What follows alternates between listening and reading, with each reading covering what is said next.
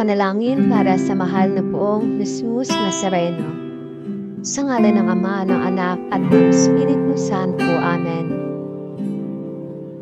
Katamis-tamisan naming mahal na poong Nuestro Padre Jesus Nazareno, Diyos at manlubos ko, na naglalakbay sa Kalbaryong pasan-pasan mo ang krus na pagpapakuan sa iyo. Ako ang abang makasalanan na naging dahilan ng iyong di masayod na hirap ay nagpupuli sa iyo at nagpapasalamat na bilang maaamong kordero ay buong hinahong tinanggap mo sa iyong balikat ang kahoy na iyong kamatayan upang doon mawakasan ang aming mga kasalanan at ang sandaigdigan. Patawarin mo ako, O butihing Jesus. Inaamin ko ang aking mga sala at ako'y nananalig na dahil sa kabutihan mong walang hanggan ay huhugasan mo ang mga ito ng iyong dugo. Iniibig kita na higit sa lahat. Pinangangako ko na ako'y magiging matapat hanggang sa oras ng aking kamatayan.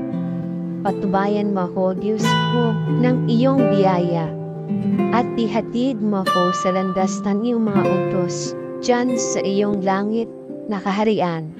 Amen. Manamin sumasalangit ka, sambahin ang ngalan mo, mapasa amin ang kaharian mo, sundin ang loob mo dito sa lupa para nang sa langit. Bigyan mo po kami ngayon ng aming kakanin sa araw-araw at patawarin mo kami sa aming masala para nang pagpapatawad namin sa nagkakasala sa amin at huwag mo kami ipahintulot sa tukso at iadya mo kami sa lahat ng masama. Amen. Aba, Ginoong Maria, napupuno ka ng grasya, ang Panginoong Diyos ay sumasa iyo. Bukod kang pinagpala sa babaeng lahat at pinagpala naman ang iyong anak na si Jesus. Santa Maria, Ina ng Diyos, ipanalangin mo kaming makasalanan na iyon at kung kami mamamatay. Amen. Luwalhati sa Ama, sa Anak at sa Espiritu Santo, kaparangan sa unang-una, ngayon at magpakailanman at magpasawalang hanggan. Amen.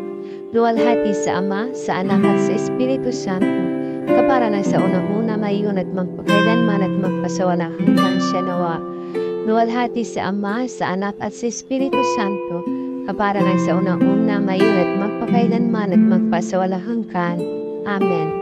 Sa ngalan ng Ama, ng Anak at ng Espiritu Santo. Amen.